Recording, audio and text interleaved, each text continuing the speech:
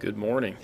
Welcome to Chapter 8 and Chapter 9, I guess we have, of business law. So, believe it or not, this week marks the halfway point of our class. I know it goes by so darn fast, and believe me, as they told me in years past, that as you get older, it seems to go by faster, and there's no doubt that that is the case. So, let's take a look at this last week's discussion. A couple comments. One, we bumped up the number a little bit. There's 5 or so in each group, and so we're averaging about 2 comments, and that's if you're not counting other people that are commenting, which I know there are. Making one good comment to a discussion, let me say average comment to a discussion is going to get you about an average grade, which is a C, right? Okay, so again, I emphasize that I sure like to see quality and quantity in some cases, and that sometimes that's going to be the nature of the beast. Some conversations or discussions are going to lead themselves to more discussion where you might have a little back and forth, and that's great. But others, do a little looking. I'll shout out Rebecca in this one on our discussion about the Wyoming Family's Pond, and she made reference to a few of the amendments to the Constitution, to the Bill of Rights, a couple of them specifically in there, but also I think the 14th Amendment perhaps. And obviously did some research and downloaded some other documentation that certainly contributed to the conversation, and so that's certainly an above average type of a comment. So take a look at that and maybe use that a little bit as a guide, when you're making comments as to what I'm kind of expecting for an above average grade. Versus just, I think I saw a lot of people, boy, that's an outrageous fine, and it's ridiculous, and our country's going to hell in a handbasket, and those are the types of things certainly I would expect from an average type of a comment or discussion item, but I'm looking for a little bit better, so have at her, okay? And the other thing I would point out is I sure like to see comments come in early. I checked this yesterday, and there'd been a few comments, right? And I got up this morning ready to do this, and I looked and I thought, oh goodness, there's another 6 or 7 comments, and so people are waiting until the last minute. Waiting until the last minute doesn't give anybody else a chance to read your comments and respond, okay? And so last minute comments will be more harshly adjudicated than comments that come early. This next week we've already got 3 or 6, whatever, 9 total, 6 total posts, 3 threads, 6 total posts that have happened. So some folks are getting a little bit ahead, and that's wonderful. That's what I want to see, is actually getting ahead a little bit and putting them out there. And I've already posted for next week, so you folks could get in and start doing that one. Hopefully a little bit of humor, okay? These two are both workplace related, so that's getting ahead of where we're at a little bit in the book, and so, but go take a look, at some cases and whatnot. And I even point some out to you, Hooters, Abercrombie and Fitch, recent cases, that have happened regarding workplace and workplace appearance. Okay, the Hooters one wasn't very recent, but quite a while ago. You'll probably find a number of cases if you look. Okay, and going and kind of referencing those and then talking about them is wonderful. Just because a court ruled that way too, that doesn't mean that it's done, right? The Supreme Court hasn't ruled or chosen not to rule, or we haven't decided to if the appeals are going to go further or not, right? And so there could still be some action on that. And so, yeah, take a look. I mean, there's lots of interesting information on this one. This one's a little bit, I guess, kind of humorous, and you can read the article and you might find some more information on it. I think the article I posted was fairly short, and so you might find some other information about the same article. But kind of funny, and yet some very serious issues. I mean, it's very much, in the legal sphere. Even though you kind of look at that and wonder how the hell it could end up there. I would make a comment here. Somebody made a comment in here, something about not being able to sue the government. That would be incorrect. That's one of the rights that we do enjoy. I believe it's a First Amendment right, the right to redress, which gives us the right to sue our government and have, we talked in this one about the EPA having the ability to, hang on a second. Sorry about that, but we talked about the EPA having the ability to, they kind of make the rule and they kind of enforce it both, but we don't give up our judicial rights, okay, just because of that. And that's what's happening in the Wyoming pond case, is that it's been taken out of the EPA's hands now, and it's in the judiciary's hands. And so there's going to be some other folks that get to weigh in on how far the EPA can go. And I think that there was a case in Idaho that maybe was not dissimilar, and I may have that wrong, Sand Point, and I think the family ultimately won that case. I might have to go look at that one now and see if my memory's serving me correctly. But and again, it was them taking it to court above and beyond what the EPA's ruling had been. So it can be done, and it is done, and it's a right that we have in this nation that maybe a lot of other nations don't have, or people in other nations don't have. So let's take a look at Chapter 8, Introduction to Contracts. Really, Chapter 8 and Chapter 9 are both contracts. In my old book that I used, they had in the same chapter, and they kind of expanded a little bit as probably their excuse to make a new edition of the book, so they can charge you again. So now I think that's in your guys, as you guys can read that, but it's really kind of a funny funny case. So yeah, my excuse to get a drink of coffee here. So contract law too is I think I said when I was talking about real estate law, when you really, in my experience anyhow, in my professional life as a banker, those were probably the two parts of law that I dealt with the most, were contract law and real estate law. And probably in the banking world, real estate law was a pretty big deal. And in other businesses, it may not have been as big a deal, but it certainly was in that arena.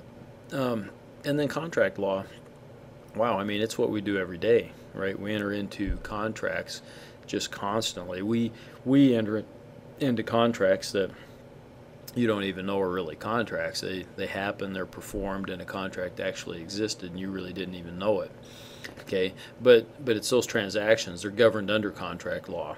So even going out and having lunch, really that act of ordering lunch and having lunch, is kind of governed under contract law if something were to go awry. Okay, so it is this: a contract involves a promise or a commitment, maybe an exchange, right?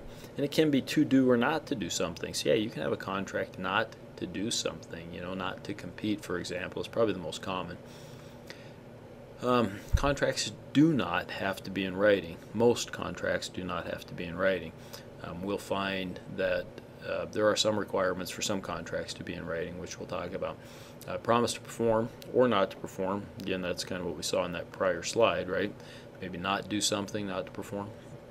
A contract then, a legal contract, is obviously then legally enforceable. And it improves, certainly, buyer and seller relationships. The fact that we have this well-established contract law makes us willing to enter into contracts on a regular basis. Okay, we simply take it for granted because it's how we've done things for a couple hundred years now, and so we take a lot of it for granted, and contracts just happen on a real daily basis that are governed under contract law. 99.9% of them happen, and nothing goes wrong. Of course, the ones we read about are when something does go wrong, right? Contract law comes either from legislation or judges' decisions, right? Legislation, some examples of that would be the Uniform Commercial Code, which is law that's been passed by all 50 states to have a common uniform, right, code that allows transactions to take place even across borders and whatnot, and within borders, but it makes it seamless. Remember, we're 50 really independent states, and for a while, early on in our history, those states battled like separate nations. Okay, and they've come together through the years and decided that it's in everybody's best interest to have a free flow of goods and trade and whatnot. And the Uniform Commercial Code has helped to simplify some of those things, right? And legislation deals with contracts for goods.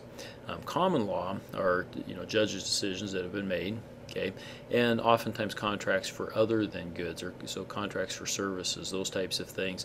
A lot of those laws have generally come from common law type decisions or judicial decisions. Contract can be bilateral or unilateral. It can be express or implied in fact or implied in law. Okay, so, and I think we'll talk about each of these as we go along. If not, I'll come back and talk about them. So a bilateral contract is the type that we would most often see, just a promise for a promise. Okay, it's very simply, I'll give you, you go to a garage sale, right, and I'll give you $5 for that, leftover roll of duct tape. And the person says, sure, I'll accept that. You have a contract. Right, the one promises to pay $5, the other person accepts that and promises to deliver the duct tape. Okay, technically you have a contract. Think how often that happens. Even if you go on Amazon and you push the order button, technically you've made an offer to purchase. They've made an offer to supply. Maybe they made the offer to supply first, and you made an acceptance, right?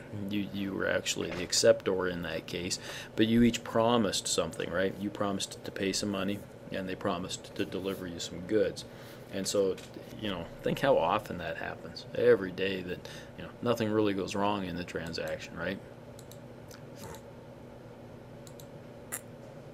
A unilateral contract is more of a promise for a performance. And so in this case, and that's, they set up this classification to make it binding, is that, I think of it as a reward.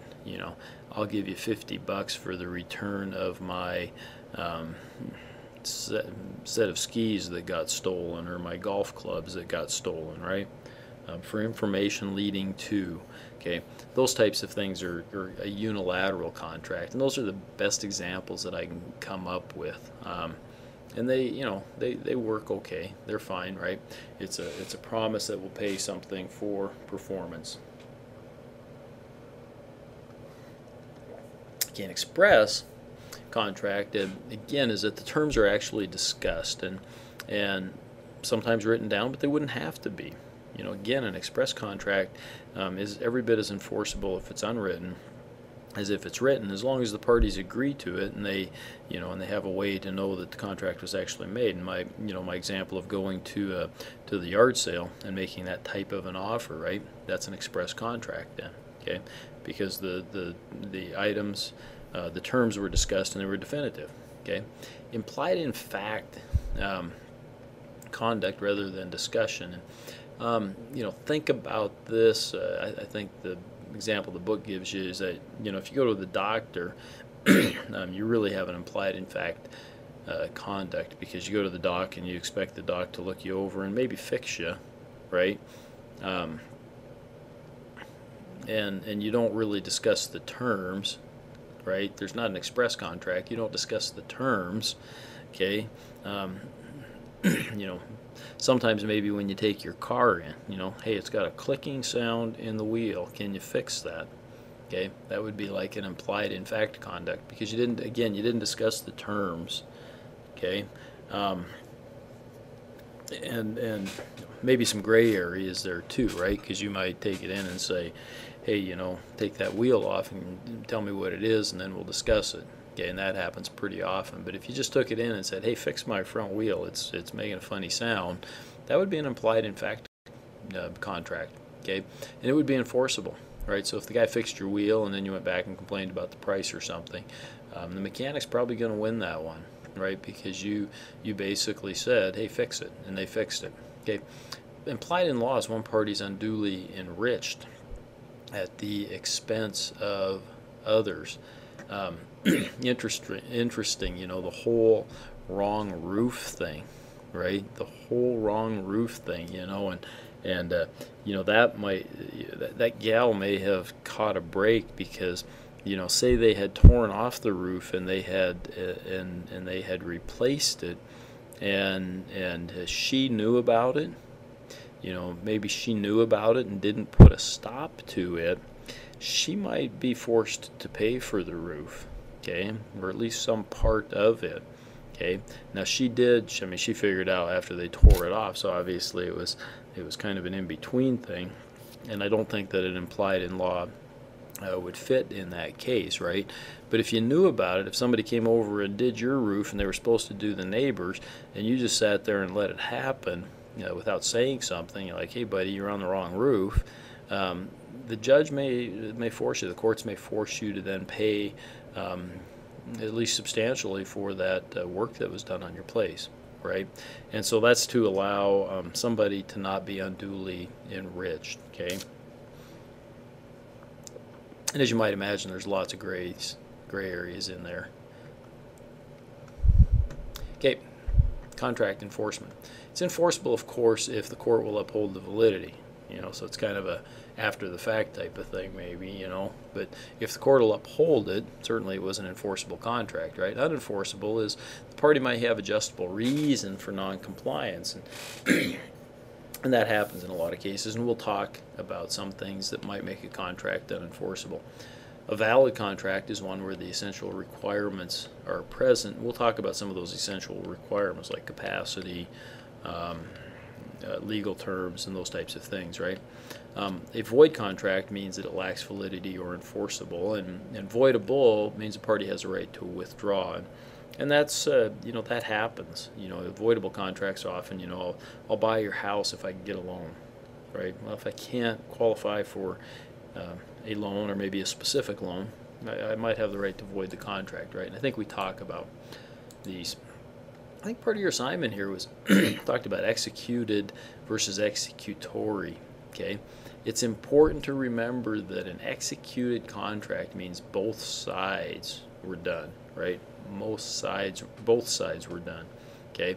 Executory is either neither side were done, or even one side is done but not the other, okay? And so don't confuse it. And it's as it relates to the contract, not to the individual performance. So I think in yours was Pat the tailor or whatever was making a suit or whatever, and came by and picked it up but hadn't yet paid, okay? It's executory. It's still in the middle, okay? It's only executed then when both parties have finished, okay? And performance, especially when you get to more complicated types of transactions, right, becomes extremely important. The fact of picking up a suit and whatnot, pretty simple, right? And probably not a lot of dispute over what needed to be done. But think about large construction contracts or those types of things, and how important performance becomes in those. We would say that there's a breach if a party does not perform, okay? We would say that there's a breach if a party does not perform their duty. Remedies might include, one would be to mitigate the damages, meaning that the party that maybe benefited would have to try to mitigate the damages for the other person. I'm trying to think of a good example here. I think the book talks about if you had a bunch of old furniture, okay, and you were gonna I'm trying to think. I don't know if that's the best example there. you asked somebody to move it, no, that's not the right example there either. Dang, I got to think of a good example to mitigate the damages. So, well, if you signed a contract for somebody to cut you some firewood, okay, and they cut the firewood and then you didn't pay them, okay, you'd breached your agreement, right? You know, if it was $200, you know, could they get the full $200 out of you? Well, yeah, and then you'd get the firewood. But if you say, I absolutely don't want the firewood, I'm moving, you know, I'm not going to take it, okay, they might have to try to sell the firewood otherwise, okay, or mitigate the damages. And so they might, you know, they might sell it. If they got 150, you would still be required to pay maybe that $50, or could be compelled to pay the $50, right? Oftentimes you'd have this, a negotiated settlement maybe on that difference. You know, I'll tell you what, I'll give you 20 and we'll forget about it type of thing, right? Okay, so a party that maybe you know, had performed their end of the deal and the other part breached, still might be required to try to mitigate, make some efforts to mitigate that damage, whatever those efforts might entail. And you know, if there's a breach, and like I explained there, you know, oftentimes there could be a negotiated settlement. Okay, so they didn't perform, you know, I didn't pay you for the firewood, but here I'll tell you what, I'll just give you $30 and don't deliver the firewood, and you can sell it, you can keep it. You know, those types of things might happen, right? Pretty small case there, and you can imagine that, you know, bigger contracts would be far more complicated, and the negotiated settlements would be far more complicated, and could enter into arbitration, right? Could be a damage award if it's arbitration. Of course, it could go on to other things. So it could go on to the courts too, which would involve litigation and whatnot. A court could order specific performance, right? You know, if I contracted with a guy to cut my tree, and he didn't show up and get it done, and he agreed to do it for $300, say, and he didn't show up and he didn't show up and he didn't get it done and didn't get it done, and I sue him, the court may just say, go cut the dang tree. You got you know, 30 days or else you're going to be in contempt. Okay, and that would be specific performance. They would, you know, they would require that. Rescission is a party's ability to rescind their part of a contract. And some contracts, and it's similar to voidable, right? Some contracts, that's written into the contract, where a party might have the right to rescind, okay, their part of the contract. We don't talk a whole lot about that in terms of contracts. And then restitution, you know, obviously if I you know, if I contracted with somebody maybe to cut down my tree for $300 and he didn't do it, and I had to go hire somebody for $500, I may be able to get restitution from the person that was supposed to do it for $300. He might have to pay me the $200 difference, because that's the extra that it cost me because he didn't do the job. Okay, when we have a contract, we have an offer and we have an acceptance. And you know, I guess that kind of goes back to my Amazon deal, and I kind of set them backwards there, because the offer is made, you know, it's right there in front of us from Amazon that says, hey, we'll sell you something for $24.79, and if I click on the button, then I agree to pay for it. You know, they've made the offer and I've accepted it, and we then have a contract, right? There has to be capacity, and the terms have to be legal.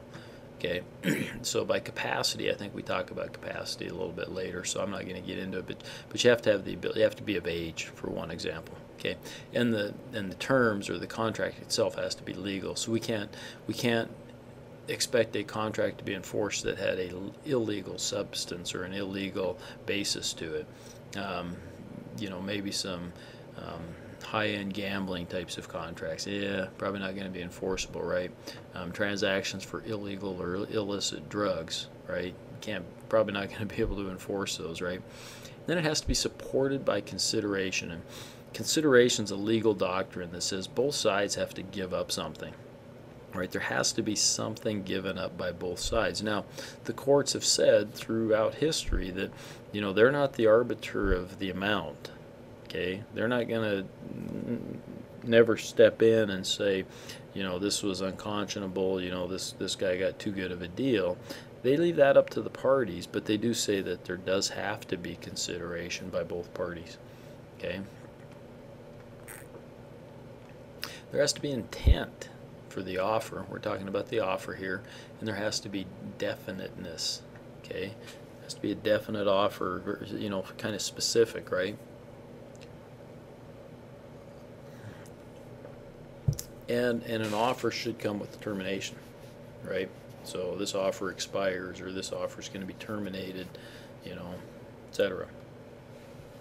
Acceptance, again, if it's a bilateral, you make a promise, say a promise to pay, right? If it's unilateral, remember that's a promise for performance, so you would provide the performance. You would find the dog or return the whatever, okay? The mirror image rule says that for a contract to be have both an offer and acceptance, the acceptance has to mirror the offer. Okay? If the acceptance is something a little bit different, then you have a counter offer, really. So then you have a counter offer, and this person becomes the offeror, and then this person becomes the offeree. Okay? And so the mirror image rule says that it has to match the offer. Silence cannot equal acceptance. There should be a little line through that. Okay, silence cannot equal acceptance. And years ago, places used to do that. They'd send out credit cards to kids that graduated from college, you know, and it'd say something like, "Well, if you don't return this to us, then you know, you agree to accept it," and la da da da da. And that created a court case, and the court said, "No, we can't do that. You can't require." Or you can't tell somebody just because they're quiet about something that they've obviously accepted the offer. Deposited acceptance is the mailbox rule, I think it's also called, which basically says that when you've put it in the mail, you know, we consider the mail to be somewhat reliable, and so when you've put it in the mail, yeah, those two are the same basically. At that point, it's an accepted contract.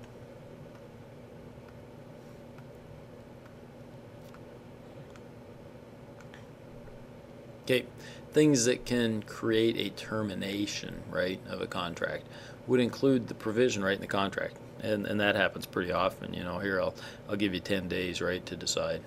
Okay, and or an event might cause an offer to terminate. You know, if I turn 50 or something, right, then you know, I can't do that anymore. But the contract could a provision in the contract, anything like that could cause the offer to be terminated then, right? A lapse of time, and some contracts have that built right in. I'll give you the 10 days or whatever. There's also a reasonable law that says, you know, an offer, even if it's kind of open and it doesn't specify a time, it's going to be for a reasonable period of time. An offer is terminated if it's rejected by the offeree, right? It's terminated if it's revoked by the offeror before the offeree accepts it. It's certainly terminated if there's a destruction of the subject matter, or if the offeror dies or becomes unable, lacks capacity. Then this is one of those capacity issues, lacks the capacity to actually enter into the agreement. Okay, and some of those seem pretty obvious, right? Or if the performance becomes illegal, and that can happen, right? There was, I think we read about, or we will read about, or we probably did in real estate maybe. You know, locally here, a local fella had a elk ranch, and he offered or allowed folks to come out and they would hunt elk on his elk ranch, and they would sign contracts oftentimes well ahead of time, but then Montana voters voted to outlaw that, and so technically you know, that performance then became illegal, you know, the hunting of elk in that situation, and so as a result, you know, those contracts then became void. So what's consideration? Okay, something of legal value, or something bargained for, or a more, I think, precise definition is suffering a legal detriment, right? Okay. And again, the courts don't impose what they think to be right or wrong in terms of those amounts. They just say that there has to be something that does have some value and that it is bargained for consideration on both sides. There are some exceptions to the consideration rule, and I think we'll talk about that, right? Promissory estoppel sometimes might be where there's no consideration, where there's a reliance on a promise and there could be economic injury. And that's, ooh, I thought I'd changed that word. I'm sorry. I left a bad word in there.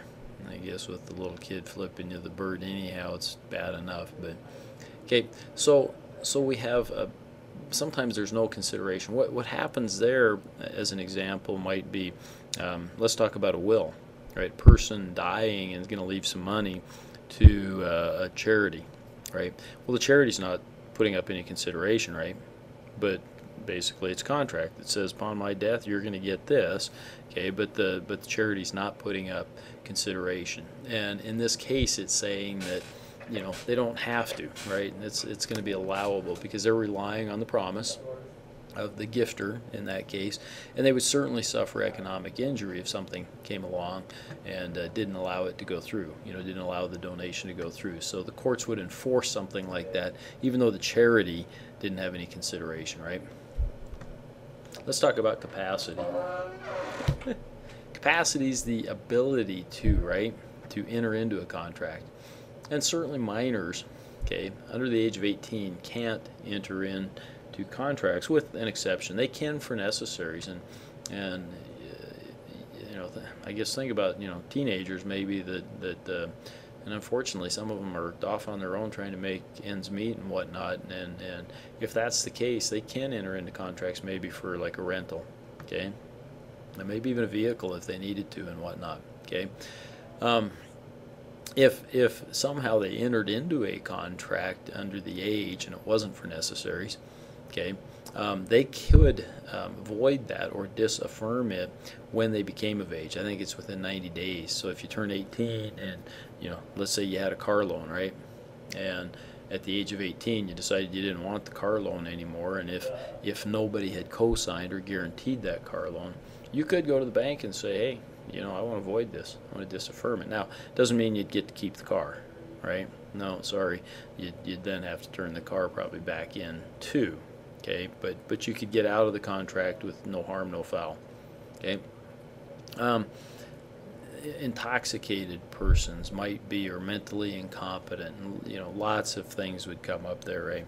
You know, if you're entering into contracts when you're in that kind of a state, those contracts may be considered null, may be considered void, right? Because of that. And obviously people that, you know, become infirm mentally, people with Alzheimer's, those types of things, right? It says, remember that being voluntarily intoxicated does not automatically make a contract void or voidable. So what's that mean? Big gray area, huge gray area, right? That, you know, I mean, if you're stupid drunk, maybe you get out of a contract. And then again, it probably depends on the contract.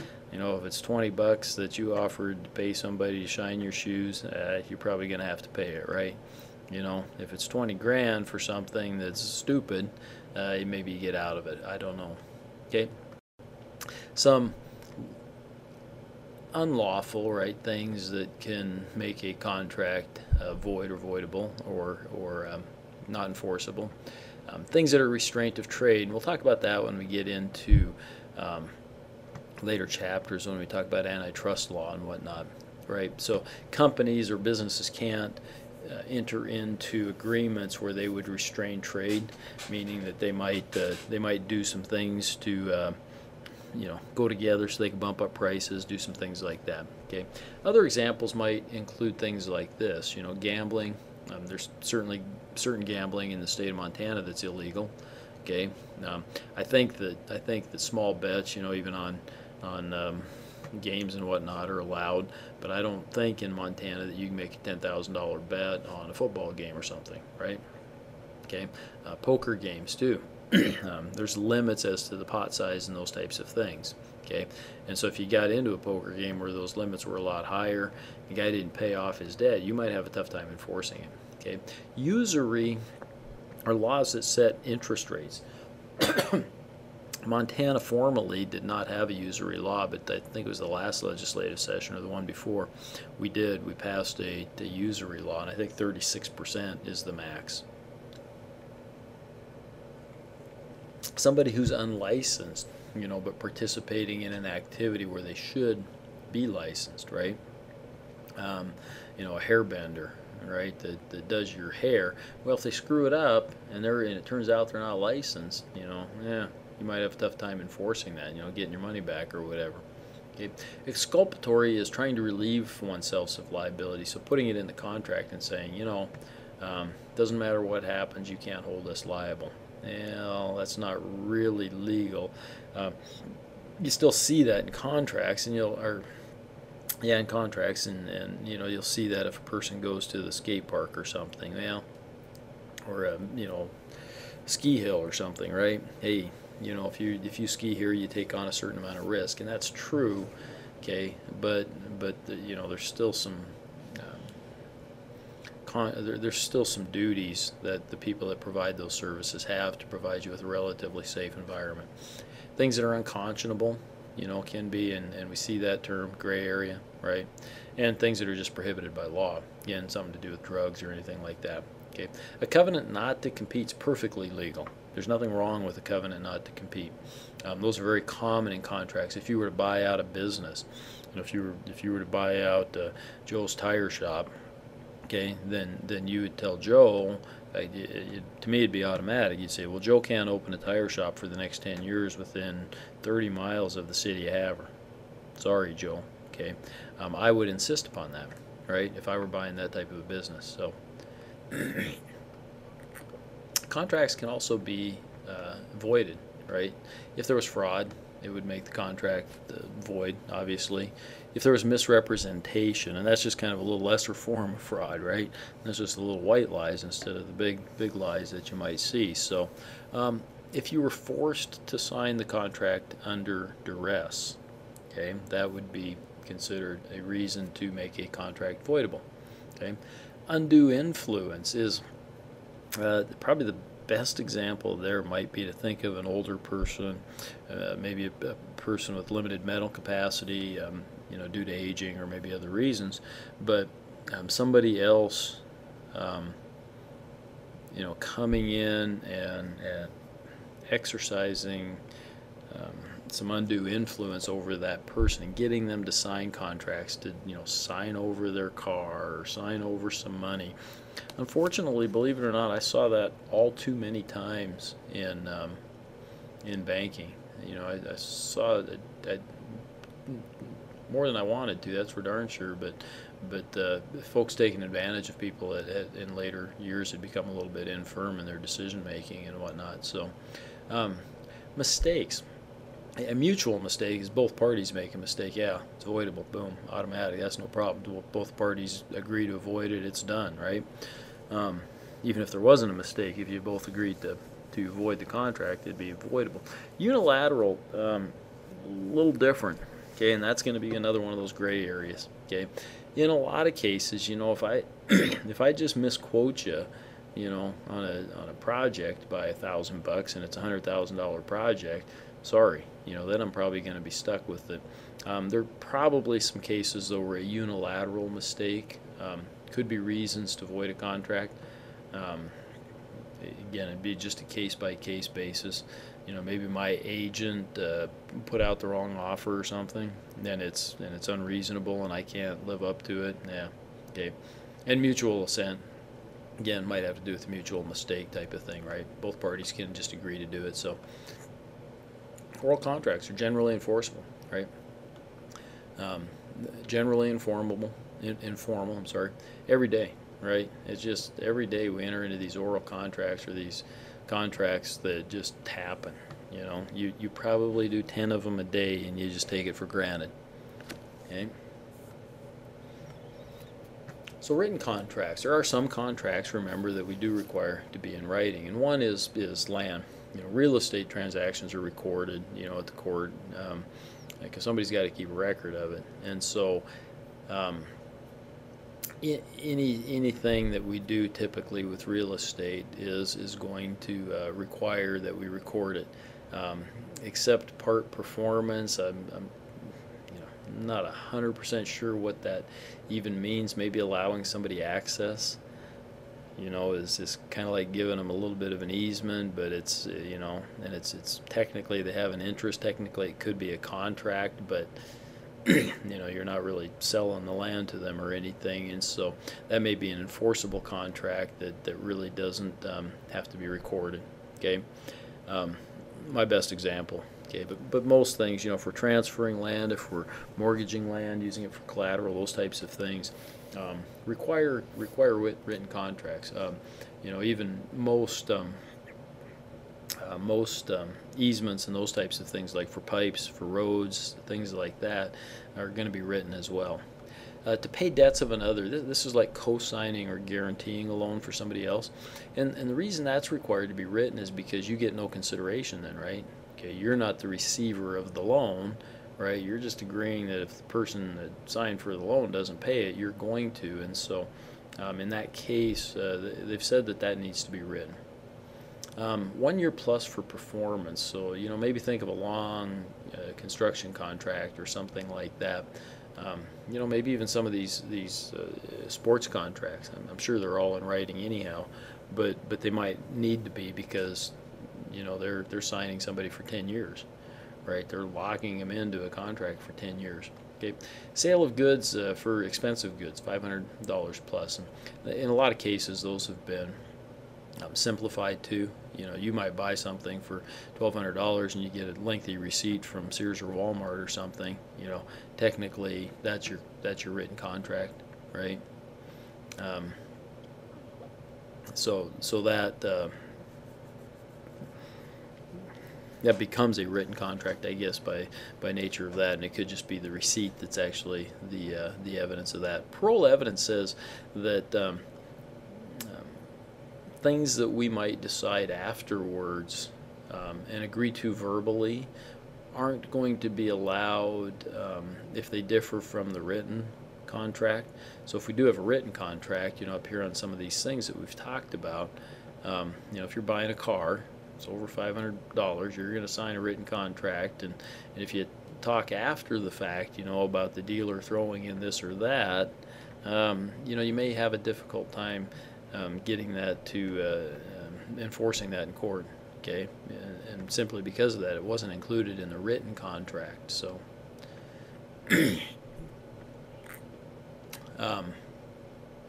exceptions to the SOF. Hang on a second here. So I gotta pause for a second. Okay, sorry, I had to go back and check out something myself. I had a brain fart there, and statute of frauds is what the SOF stands for. Let me go back to the part performance of land. While I was at it, I kind of looked that up too to refresh my own memory on that. And what they talked about was, if you and I had an agreement you were going to sell me some land, say, and I gave you $10,000 down payment, cash, and we had yet to reduce it to writing, it could be still enforced, right? We could still enforce that contract in a case like that, okay, because I'd given you the down payment and whatnot. So there's exceptions to the statute of fraud, and that's part performance, right? And that would be the case then with things other than land too, right? A vehicle over $500, right? But if I give you down payment, we might be able to enforce that. So rules involving goods are covered under the UCC, and specifically manufactured goods. So that talks about if I asked you to, and even if it again was greater than $500, which it often would be, to build something for me, okay, and even if we didn't reduce it to writing, okay, it's for a specific purpose. I went out to Central Machine and asked them to build me something, a trailer or something, right, for $1,500, and it's kind of got a special purpose. It's going to carry certain things, okay, then that could be enforced, right, even though it hadn't necessarily been in writing. And then judicial admission is, if one party is suing the other and the other admits, that yes, there was a contract, okay, then it becomes admissible in court that there was a contract, even though it wasn't in writing and should have been. Okay, a lot of these I don't think are going to be on the test. Third-party rights. Third parties may be involved in contracts. Think of divorces and think of kids. And then divorce settlements become they become a judicial thing, but they become an agreement that becomes a contract, and the third parties can enforce their the benefits or whatever, because they are beneficiaries that they might receive. Okay, same thing perhaps as a beneficiary of a gift, right? A charity or somebody that might be a beneficiary of a gift or something, right? Okay. I don't know that we need to get into those too deep, but just understand, right, that third parties can enforce then some of those rights. So an example might be if mom and dad, divorce and the kid's 14 and dad says, hey, I'll pay for Junior's education in the divorce decree, and Junior gets to be 18 and wants to go to college, and Junior could then enforce that. Junior's 18 at this point in time, and Junior could then enforce that. Okay? And in that case, Junior's considered incidental to the original contract, because the contract was between mom and dad, right? Other contracts. So interpretation, we talk about trade usage. We're talking about the language that's in contracts, and different trades have different language. You oftentimes said, when you're around people that talk about computers, for example, IT types of people, I think that they speak Klingon. I don't understand a lot of what they're talking about, and so the courts have said that we'll take that language into consideration and we'll enforce it based on that the trade language that fits, right? Okay, assignments, we can we can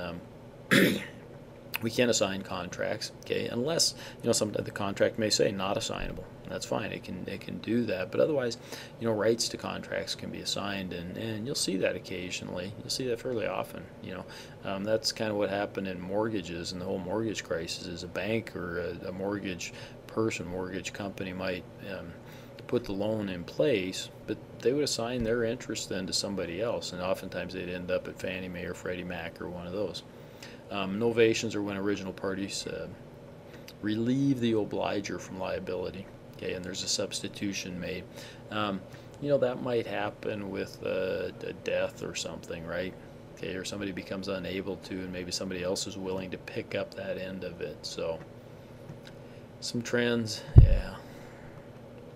Ethics, you guys can take Lanny's ethics class. Okay, I think that's pretty much it for 8.